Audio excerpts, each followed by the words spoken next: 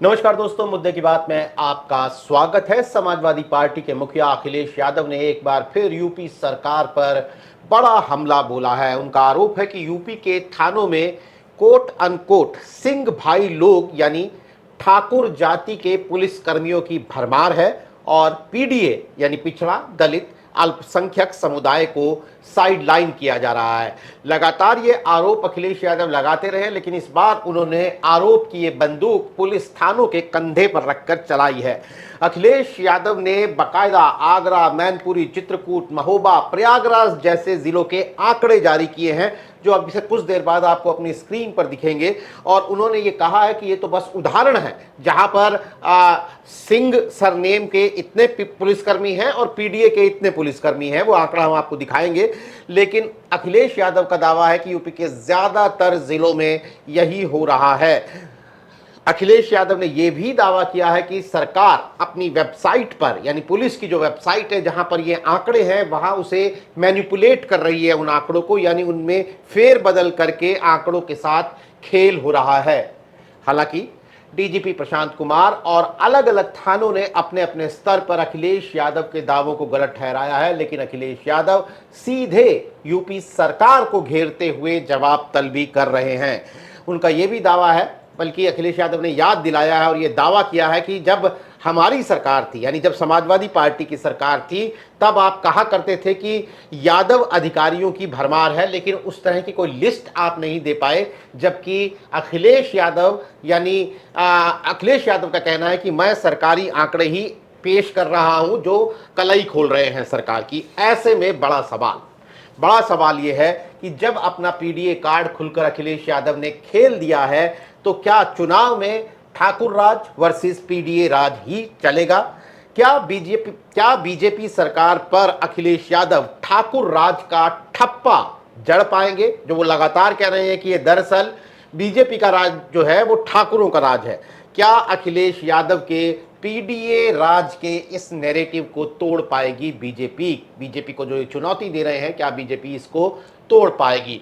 तो इन सवालों के जवाब जानने के लिए हमारे साथ हमारे मेहमान मौजूद हैं। हमारे साथ मौजूद हैं वरिष्ठ पत्रकार और राजनीतिक विश्लेषक डॉक्टर उत्कर्ष सिन्हा, और हमारे साथ मौजूद हैं दैनिक भास्कर अखबार के उत्तर प्रदेश में ब्यूरो चीफ, वरिष्ठ पत्रकार और राजनीतिक विश्लेषक विजय उपाध्याय। विजय जी, बहुत दिनों बाद आज मुद्दे की बात के दर्शकों के साथ जुड़े हैं, तो पहला सवाल उन्हीं से, जिस तरह से पुलिस कर्मियों के बल पर पुलिस थानों के आंकड़े देते हुए अखिलेश यादव ने ये ठाकुर राज वर्सेस पीडीए राज का एक फिर से पत्ता खेला है, विजय जी, तो क्या माना जाए कि अब अखिलेश यादव जो है इसी के भरोसे अपनी चुनाव की गाड़ी को 2027 तक चलाएंगे? और क्या 2027 के चुनाव का यही मुख्य मुद्दा होने जा रहा है, ठाकुर राज वर्सेस पीडीए राज?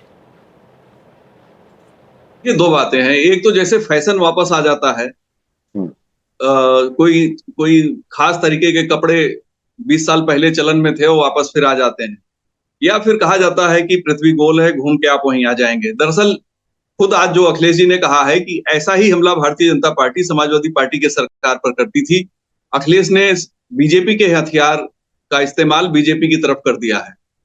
ये बहुत जल्दी इन्होंने इस्तेमाल कर दिया। मुझे लगता है कि शायद उन्होंने इतनी जल्दी क्यों इस्तेमाल किया, शायद वो चाहते थे कि फर्मेंटेशन हो, खमीर उठे और इसकी चर्चा गांव-गांव तक पहुंच जाए ताकि उसका उनको बेनिफिट मिले। लेकिन इसमें एक खतरा ये भी है कि भारतीय जनता पार्टी इसको मैनेज करेगी, क्योंकि प्रधानमंत्री मोदी ओबीसी को रिप्रेजेंट करते हैं और उत्तर प्रदेश में भारतीय जनता पार्टी का प्रदेश अध्यक्ष आना है, या फिर चुनाव के पहले थानों में फेरबदल किए जा सकते हैं अगर उनके आरोप सही है तो इतनी जल्दी इन्होंने जो इतनी तेजी से आक्रमण किया है, ये राज नहीं समझ में आ रहा है, क्योंकि अभी चुनाव थोड़े दूर हैं, 18-19 महीने दूर हैं, और 18-19 महीने यानी कि जब आप 27 के मार्च में, अप्रैल मार्च में ही चुनाव हो रहे होंगे, जो सीजन इस समय हम लोग चर्चा कर रहे हैं, तो इतने वक्त के दरमियान ये चीज बनी रहेगी, बीजेपी कोई काउंटर नहीं कर पाएगी।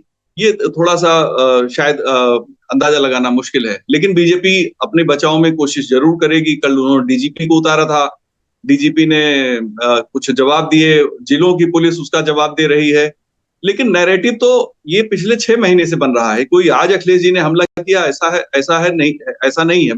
6 महीने से ये सब चल रहा है, और सोशल मीडिया में अलग अलग लोग कुछ जर्नलिस्ट भी इन चीजों को उठाने की कोशिश करते रहे हैं, लेकिन अब अखिलेश ने एकदम से हमला बोल दिया। और हमला उन्होंने कब बोला?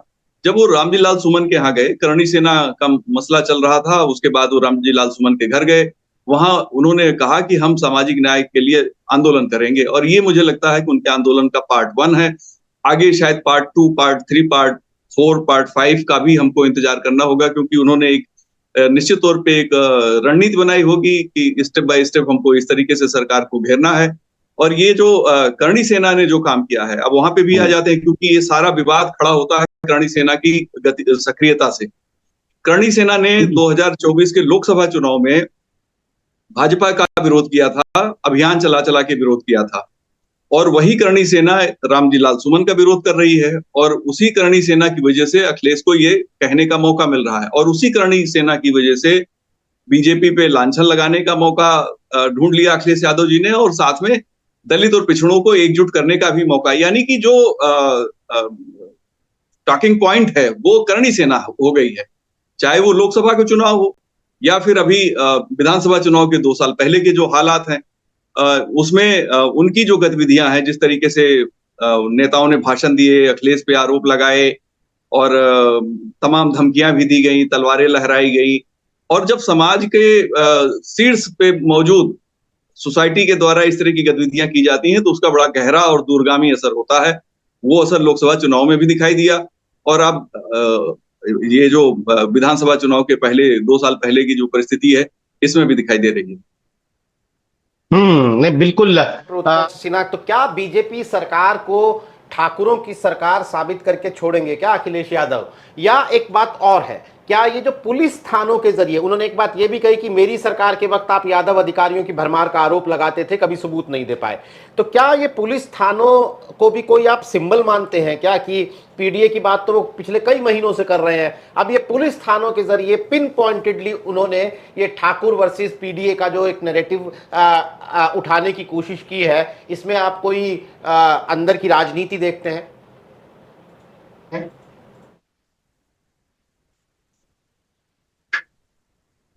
उत्कर्ष, डॉक्टर उत्कर्ष सिन्हा के दिक्कत है। तो मैं आपसे एक सवाल आपसे, और ये विजय जी, कि क्या ये जिस तरह से नवंबर में हमने देखा था, संभल से एक हिंदू मुस्लिम का एक नैरेटिव शुरू हुआ, फिर होली आई, होली के जुम्मे के दिन होली आई, उसके बाद पूरा हिंदू मुस्लिम चलता रहा, और रामजी लाल सुमन के बयान के बाद, करणी सेना के हमले के बाद एक तरीके से अखिलेश यादव इसे पलटने में कामयाब हो गए। तो क्या बीजेपी को आप इस मुद्दे पर बैकफुट पर देखते हैं क्या, कि बीजेपी जो हिंदू मुस्लिम का नैरेटिव या जो चल रहा था और बीजेपी को सूट कर रहा था, अखिलेश यादव तो बड़ी कामयाबी के साथ उसको ले आए हैं पीडीए के ऊपर? और आपने कहा कि अभी बहुत वक्त है चुनाव में, लेकिन कहीं से तो शुरुआत होगी ही ना? हाँ, निश्चित तौर पे देखिए, अखिलेश जी ने शुरुआत की है, बड़ी आक्रामक शुरुआत की है। उन्होंने करणी सेना को पहले योगी सेना भी कहा, और ये भी कह दिया प्रयागराज में कि इनको प्रधानमंत्री बनाने के प्रस्ताव पास होना था महाकुंभ के दरमियान। यानी उनके टारगेट में सिर्फ और सिर्फ योगी आदित्यनाथ जी हैं। और एक साफ टारगेट इसलिए बन जाते हैं योगी आदित्यनाथ जी, जब ओबीसी दलित की राजनीति करने वाला व्यक्ति अगर किसी की कास्ट को लेके उस पर हमला करता है, तो अगर वो सामान्य वर्ग से है, तो निश्चित तौर पे वो अपर हैंड अपने आप उसका बन जाता है। और ये अपर हैंड हमेशा से समाजवादी पार्टी के पास था, और समाजवादी पार्टी ने उसका इस्तेमाल कर लिया है। देखिए, दरअसल ये सारी चीजें जो हो रही हैं, कई तरीके से कई स्तरों पे हो रही है। एक तरफ देखिए, इंजीत सरोज ने भी हमला किया, रामजी लाल सुमन ने हमला किया, और इसके पहले स्वामी प्रसाद मौर्य हमला करते रहे। तो जो हिंदुत्व का नैरेटिव है, जो 80 बनाम 20 का उत्तर प्रदेश में माना जाता था कि एक तरफ अल्पसंख्यक 20% और बाकी बहुसंख्यक, तो बहुसंख्यक बनाम अल्पसंख्यक की जो राजनीति है, डेमोक्रेसी असल में डिवाइड करती है। ये गलत बातें हैं। लोग कहते हैं कि बांटने की राजनीति नहीं होनी चाहिए। ये लोकतंत्र के डीएनए में होता है कि आप बांटिए और राज करिए, तो बांटने का ही सारा खेल है। अब सवाल है कि ज्यादा इफिशिएंट तरीके से कौन बांट पाता है। तो स्वाभाविक है कि सामाजिक न्याय की ताकतें, उनको एकजुट करना बहुत आसान है। 2014 में जब बीजेपी 73 सीट लोकसभा में लेके आई थी, उस समय अति पिछड़े, अति दलितों ने बीजेपी के साथ खड़े होकर वोट दिया था और वो सिलसिला 19 में भी बना रहा और 22 में भी दिखाई दिया। अखिलेश को पता लग गया कि हमको अगर वोट चाहिए तो हमें ये सारे वोट निकाल के भाजपा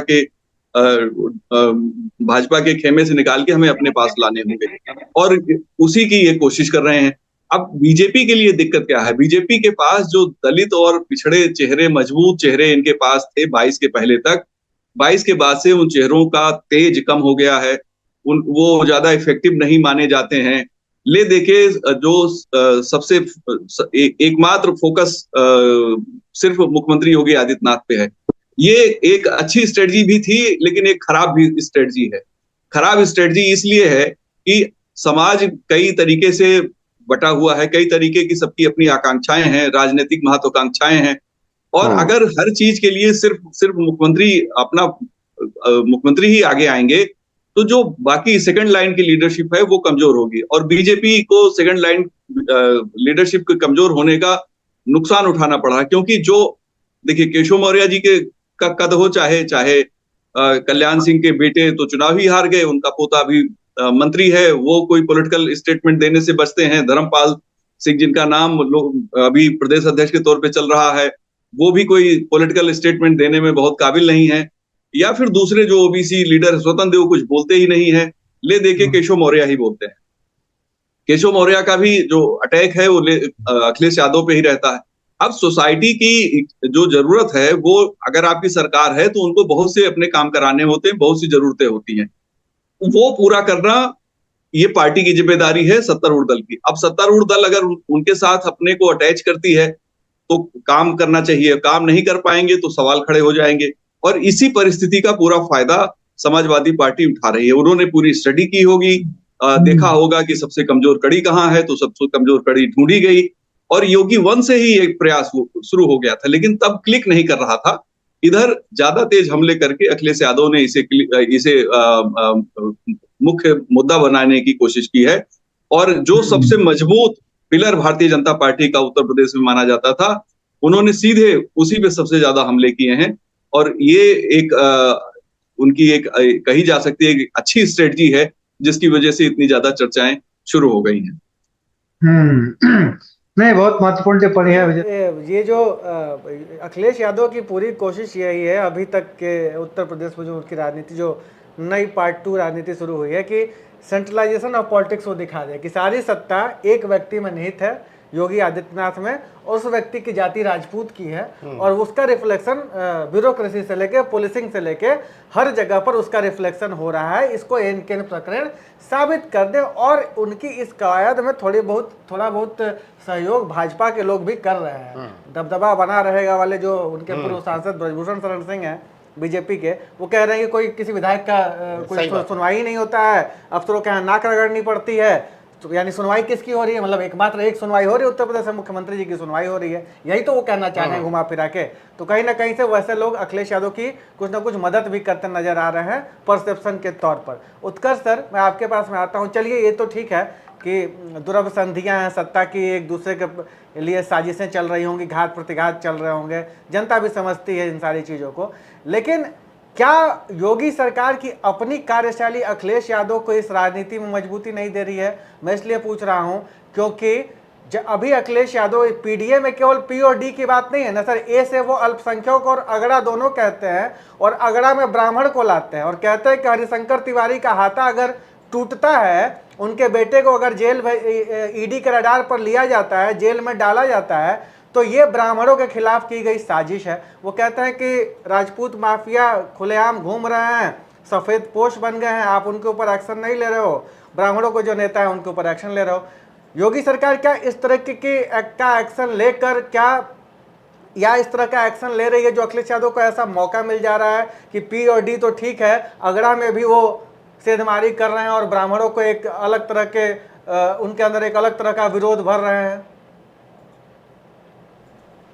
देखिए, निश्चित तौर पर घटनाएं होती हैं, कुछ रियलिटी होती है। देखिए, कभी ऐसा संभव नहीं है कि आप बिना आग के धुआं निकल जाए। कुछ ना कुछ होता है, तभी कुछ होता है। ये जो अभी सीधा अटैक कर दिया इन्होंने सिंह भाई साहब लोगों के ऊपर, ऐसा नहीं है कि ये पहली बार हुआ है। हाँ, अभी चर्चा इसलिए है, 3 साल पहले विजय भाई के ही अखबार की रेफरेंस से बहुत चर्चित स्टोरी हुई थी, बहुत अच्छी स्टोरी थी और माना गया था कि बड़ा वो निकाल के आया है कि 3 साल पहले 26% जिलों में तैनात जिलाधिकारी जो है 26% ठाकुर थे। उसके कुछ दिन बाद अभी पिछले साल जब एनकाउंटर्स वाला पूरा मामला चल रहा था तो एक बयान आया था अखिलेश यादव की तरफ से कि एसटीएफ जो है स्पेशल ठाकुर फोर्स है, वो जात देख के गोली मारती है। तो ये चल रहा था। अच्छा, और ये घटनाएं जब होती हैं तो भाई डेटा थे, चाहे अखबार के पास डेटा हो, चाहे वो एनकाउंटर लिस्ट की बात हो, या फिर बात आई कि जो टॉप माफियाज हैं उसमें बहुत सारे लोगों पर कार्रवाई हुई, लेकिन उसमें जो इस एक खास बिरादरी के माफियाज हैं वो काफी उनके लिए लीनियंट भी बना रहा सिस्टम। तो यही सब आधार बनता है और ग्राउंड जो है वो परसेप्शन बनता है और खुद भुगता भी है। अखिलेश यादव के सरकार में भाजपा ने यही आरोप लगाए थे और यहां तक कहा था कि बदायूं के 22 थानेदारों में 18 यादव है। तो वो था, वो भी एक सच था और उसका परसेप्शन बना भी पब्लिक के बीच में और उसका नतीजा भी हमने देखा कि 17 में किस तरह से बाहर हुए इसी आरोप के भीतर, यादववाद के आरोप के भीतर। लेकिन अब जो है, आप देखिए समस्या क्या है कि भारतीय जनता पार्टी की ये सरकार जो है ये सतर्क नहीं, वो अपनी धुन में काम कर रहे हैं और योगी आदित्यनाथ अपनी धुन में काम करने वाले लोग हैं। अखिलेश यादव थोड़ा स्मार्ट गेम खेल रहे हैं 2 तरीके से। एक तरीका तो ये कि पीडीए तो चलिए उन्होंने लंबे टाइम से सेटल किया हुआ, कोशिश किया, लोकसभा चुनाव में हमने देखा भी उसको कंसोलिडेट होते हुए। अब इसके बाद दिक्कत यह थी कि सवर्ण बिरादरियों की बात तो अब ब्राह्मण को लेकर के वो उन घटनाओं का जिक्र करने लगे। लेकिन इससे हो क्या रहा है? सबसे बड़ी बात यह हो रही है कि जो कम्युनल डिवाइड का एजेंडा सरफेस पे सेटल हो रहा है वो अब टूट के वापस जातियों के एजेंडे पे सेट हो रहा है। और विजय भाई अभी कह रहे थे कि ये कुछ जल्दी हो गया है। मुझे थोड़ा सा लगता है कि जल्दी नहीं हुआ है, ये बहुत स्ट्रेटेजिकली बहुत टाइमली हुआ है, क्योंकि इस वक्त से अब 1 साल, मान लीजिए 1.5 साल बाद चुनाव होने, तो 1 साल तो बहुत होता है ना यहाँ पे माहौल बनने के लिए। उसमें हुआ ये कि अगर ये ठाकुरवाद या जातिवाद वाला मामला और चिपकता जाता है, जो कि हम देखते हैं ब्यूरोक्रेसी की लिस्ट में भी बहुत इस तरह से रिफ्लेक्शंस आते हैं। थानेदार तो बहुत अलग है, थानेदार इसलिए इंपॉर्टेंट हो जाता है कि कॉमन मैन का सीधा साबका थानेदार से पड़ता है और वहां पे उसके साथ जो बिहेवियर होता है वो उसका अनुभव होता है, तो वहां पे वो असर है। लेकिन ये जैसे जैसे बढ़ता रहेगा फिर वो कम्युनल डिवाइड वाला एजेंडा कमजोर पड़ता जाएगा और बात होती है कि कौन किसकी पिच पर खेल रहा है। चुनाव के नतीजे इसी पर आते हैं कि आप किसके एजेंडे पे खेल रहे हैं। और फिलहाल मुझे थोड़ा आश्चर्य हुआ कि अगर एक राजनेता ने आरोप लगाया तो राजनीतिक तौर पर उसका जवाब आना चाहिए था, लेकिन जवाब आया सिस्टम की तरफ से, मतलब विभाग की तरफ से। अब विभाग का राजनीतिकरण हो रहा है और जैसे जैसे ये होगा वैसे वैसे लोगों के बीच में बात दूसरे तरीके से जाएगी। राजनीतिक आरोप है, तथ्यात्मक ही सही, लेकिन किसी राजनेता को इसके ऊपर बोलना चाहिए। भारतीय जनता पार्टी के तमाम बड़े नेता हैं, आमतौर पे हमने देखा भी है कि भारतीय जनता पार्टी जिस विभाग को मुख्यमंत्री संभालेंगे उसमें बीजेपी का कौन नेता बोलेगा सर? नहीं, बात वही है कि पहले हमने देखा है, मैं वही कह रहा था कि पहले देखा है कि अगर कोई एक बयान आता था तो 6, 7, 8, 10 मंत्री बोलने लगते थे। अभी नहीं बोल रहे। तो अब नहीं बोल रहे हैं तो इसका मतलब यह कि पार्टी के भीतर भी क्या एक धड़ा है जो इस चक्कर में पड़ गया कि अच्छा ठीक है इसी बहाने कुछ परिवर्तन हो जाए, जिसकी चर्चा गाहे बेगाहे हम लोग सुनते रहते हैं, जहां लगता है कि पार्टी के भीतर भी कुछ आक्रोश है, कुछ इस तरीके से अनुभव हो रहा है। संगठन तो खैर शून्य है, मतलब बयानों के लिहाज से अगर देखिए तो संगठन तो शून्य है। सरकार में भी कोई नहीं बोल रहा है। ले दे के केशव मौर्य बोलते तो वो अपनी बैकवर्ड पॉलिटिक्स के कंपटीशन में बोलते रहते हैं, लेकिन बाकी कोई नहीं बोलता है। तो सरकार अपना पक्ष राजनीतिक रूप से एक राजनीतिक लड़ाई में अपना पक्ष रखने की बजाय अधिकारियों को आगे कर रही है। ये गड़बड़ बात है और इसका असर फिर निकलेगा, क्योंकि विश्वास करना ना करना वो ठीक है, जनता के ऊपर है, लेकिन ये लगता है कि आप डेस्परेट हो गए हैं, आप सफाई पेश करने लगे हैं, और जितनी ज्यादा आप सफाई पेश करने लगते हैं किसी चीज पे, उतना आप दूसरे के पिच पे खेलने लगते हैं। यही हो रहा है। नहीं, बिल्कुल बिल्कुल सही बात है। और व्याख्या ये भी नीरज जी की सरकार ने आगे किया अधिकारियों को, और उसके बाकी संगठन और दूसरे नेता बचाव नहीं कर रहे हैं। ये जानबूझकर तो नहीं हो रहा है, कहीं ये सब कुछ जानबूझकर योगी जी को अकेले छोड़ने की कोई सियासी साजिश तो नहीं चल रही है। मतलब इस एक पहलू इसका ये भी है। विजय सर, मैं आपके पास में आता हूँ। माहौल तो देखिए सर ऐसा हो रखा है कि हम लोगों ने एक खबर ब्रेक की कि Shakti Dubey UPSC IAS topper, UPSC civil सेवा की जो भारत की सर्वाधिक प्रतिष्ठित परीक्षा है उसकी टॉपर बनी। उस खबर को हम लोगों ने सोशल मीडिया पर पोस्ट किया, लेकिन मैं एक डिस्क्लेमर दे दूं कि ये कोई सर्वे नहीं है, लेकिन एक परसेप्शन पता चलता है। उस पर कमेंट्स आ रहे हैं लोगों के जो कह रहे हैं कि पीडीए भाई के लोग ध्यान दें, ब्राह्मण यहाँ भी श्रेष्ठ है।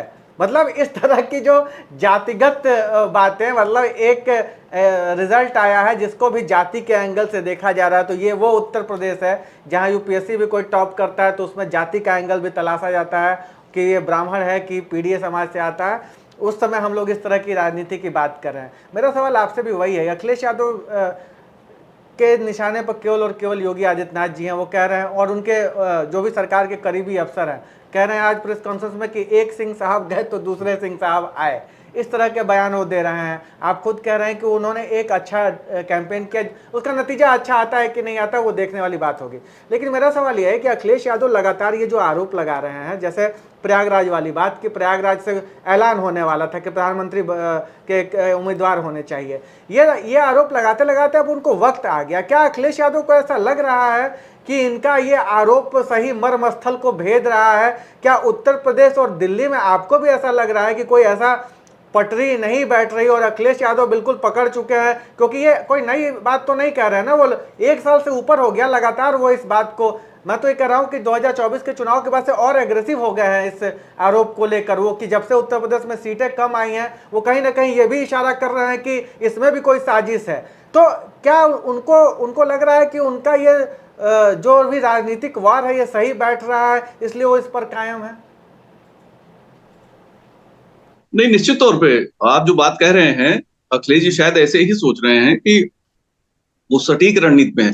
देखिए, उनको ये सारा खाद पानी मुहैया कराया करणी सेना ने, और करणी सेना ने लखनऊ में भी, आगरा में भी और बयानों में भी और बहुत ही हिंसक तरीके से उन्होंने बयान दिए हैं। उनके बहुत से पदाधिकारियों, सभी ने नहीं लेकिन बहुत से लोगों ने दिया है।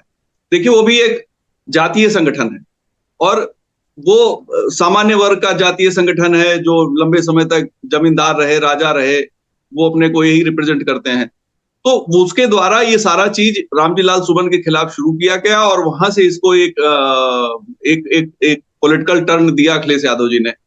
और ये जो अटैक है ये उत्तर प्रदेश के सोशल इंजीनियरिंग में सबसे सटीक है, क्योंकि यहाँ की जनता बड़ी जल्दी बेचैन होती है और रूलिंग पार्टी से ही बेचैन होती है। मायावती जी की सरकार थी 2007 से 12 में, तो दलित समाज इसलिए नाराज हो रहा था, गैर जाटव दलित समाज, कि भैया हर पॉलिटिकल पोस्ट पे जाटव समाज के लोग आ रहे हैं, हमारी तो कोई पूछ नहीं हो रही, वोट तो हमारे भी हैं, और एक नाराजगी पैदा हुई। 12 से 17 में ठीक यही चीज यादवों को लेके जो बीजेपी ने भी शुरू किया और कई जगह चीजें दिखाई भी दे रही थी। तो उसमें कुछ फॉल्स नैरेटिव थे, कुछ सच बातें थी, वो सब मिला के वो सब हो गया और जो गैर यादव ओबीसी है वो बीजेपी की तरफ शिफ्ट हुआ। तो दरअसल अति पिछड़े जो मायावती से नाराज हुए थे और अति दलित और अति पिछड़े जो सपा से नाराज हुए, वो सब बीजेपी के साथ 14 में आके खड़े हो गए थे। अब इसे संजो के रखने की जिम्मेदारी भारतीय जनता पार्टी की थी, और भारतीय जनता पार्टी में इन वर्गों के पास दिक्कत क्या है? इनके पास कॉम्पिटेंट लीडरशिप नहीं है। ये हमेशा दूसरों पे निर्भर होते हैं, जिन पे भरोसा करते हैं उन्हीं पे डिपेंड होते हैं, और जिन पे जब चुनाव में हार जीत की परिस्थितियां बन जाती हैं, कोई जीत गया है कोई हार गया, तो जीतने वाला अगर इग्नोर कर रहा है तो वो समस्या वहीं से शुरू हो जाती है। और इस समय अति पिछड़ों को लोकसभा चुनाव के रिजल्ट भी ये बताते हैं कि अति पिछड़ी जातियों को लग रहा है कि उत्तर प्रदेश में हमारी जो पूछ है, जो राजनीतिक ताकत, हमको सामाजिक आर्थिक ताकत जो मिलनी चाहिए थी वो हमें नहीं मिल रही है। इसीलिए माहौल बाहर कुछ भी था, भीतर से वोट फिसल गए और 4 जून को एक ऐसा रिजल्ट आ गया जिसकी कल्पना भारतीय जनता पार्टी की तरफ से बिल्कुल भी नहीं थी। उसमें भी करणी सेना सबसे इंपॉर्टेंट रोल प्ले कर रही थी। मैं बार बार विजय सर, कैटलिस्ट वही विजय सर, इसी करणी सेना पर आपसे बस एक सवाल ले लेता हूं कि ये जो करणी सेना को आप कर रहे हैं, ठीक बात है, करणी सेना ने मौका दे दिया है, लेकिन करणी सेना का जब ये आंदोलन हुआ था, आगरा वाला अहिंसक आंदोलन जो शक्ल ले लिया, उसके बाद जो पुलिस पकड़ी तो इन लोगों ने ऐलान किया कि हम अपने बच्चों को 24 घंटे भी जेल में नहीं रहने देंगे, और फिर लोगों ने दिखाया कि हमारे बच्चे जेल से बाहर आ गए। तो अखिलेश यादव को, समाजवादी पार्टी को, सबको ये कहने का मौका मिला कि चूंकि ये राजपूतों का संगठन है इसलिए सरकार ने इनके ऊपर कार्रवाई करने में बेहद नरमी बरती है, जबकि इन्होंने इतना हिंसक प्रदर्शन किया, एक सांसद के घर पर चढ़ गए जो कि दलित सांसद है। तो ये तो मौका सरकार ही दे दी ना सर। देखिए, जो बात आप कह रहे हैं वही बात मैं कह रहा हूं। ये बुलडोजर लेके चढ़े थे, ये बुलडोजर लेके गए थे कि घर ही हम गिरा देंगे। ये तो सीधे सीधे 307 का, पुरानी आईपीसी में 307 का मसला बनता है। बहरहाल, लेकिन चीजें पॉलिटिकल शेप में समाजवादी पार्टी ने जिस तरीके से रख दिया है, ये बीजेपी के लिए बहुत ही दिक्कत की बात है। और दूसरा, बीजेपी इसका काउंटर जिस तरह से कर रही है, देखिए 89 के पहले यादव समाज खुद को क्षत्रिय ही लिखता था। कोई ओबीसी तब तक, जब तक घोषित नहीं हुए तब तक यदुवंशी क्षत्रिय थे। ये कोई बहुत मुश्किल बात नहीं थी, लेकिन बीजेपी का जो नैरेटिव है वो इस समाजवादी पार्टी को और ज्यादा मदद कर रहा है। इनके कई प्रवक्ता जिस तरह से बात कर रहे हैं, मुझे लग रहा है कि वो एक तरीके से परोक्ष रूप से समाजवादी पार्टी के पीडीए अलायंस को ज्यादा मजबूत करने की मजबूत कर रहा है। दूसरा जो बात उत्कर्ष जी कह रहे थे कि आखिर बचाव में कौन लोग आगे आएंगे, कोई बड़ा दलित लीडर बीजेपी का ऐसा है जिसकी वॉइस उत्तर प्रदेश में सुनाई दे रही हो? अगर कोई ऐसा दलित लीडर बोलता कि नहीं, रामजी लाल सुमन ने गलती की है, तो शायद उसका असर होता। यहां तो चर्चा ज्यादा है किसकी, नंद किशोर गुर्जर की, ब्रजभूषण शरण सिंह की। और ब्रजभूषण शरण सिंह खुलेआम मुलायम सिंह यादव जी की तारीफ कर रहे हैं कि भाई वो ऐसे मुख्यमंत्री थे, मैं लिफ्ट में मिला और कागज दे दिया, तुरंत काम हो गया, और आजकल तो आईएएस अफसरों के पैर छूने पड़ रहे हैं। यानी कि जो चीजें खाद पानी है जो अपोजिशन को, वो खुद बीजेपी के लोग ही प्रोवाइड कर रहे हैं। और जब आप सत्ता में होते हैं और जो कुछ करते हैं, अपोजिशन को उससे फायदा होता है। अपोजिशन को प्रिविलेज है, उसे कुछ देना नहीं है, सिर्फ इकट्ठा करना है। तो अखिलेश वही कर रहे हैं। बिल्कुल। जी जी जी।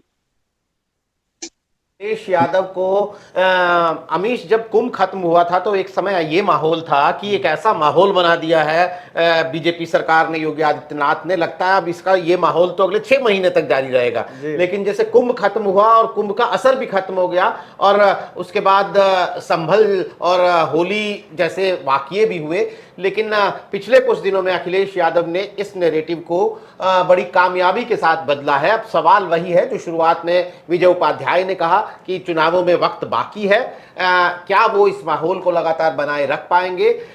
लेकिन बीजेपी इस वक्त इस चुनौती को बीजेपी के सामने ये चुनौती पीडीए की काफी मजबूत नजर आ रही है, इसमें कोई शक नहीं है। आने वाले दिनों में ये राजनीति क्या शक्ल लेती है, हमारी नजर इस पर रहेगी। आज इंटरनेट कनेक्शन की वजह से उत्कर्ष जी हम आपसे कम बात कर पाए, इसके लिए जरा माफी चाहते हैं, लेकिन वक्त का तकाजा है इसलिए कार्यक्रम खत्म करना पड़ेगा। आप लोग कार्यक्रम में आए, आपका बहुत बहुत शुक्रिया। तमाम दर्शकों का आभार। नमस्कार।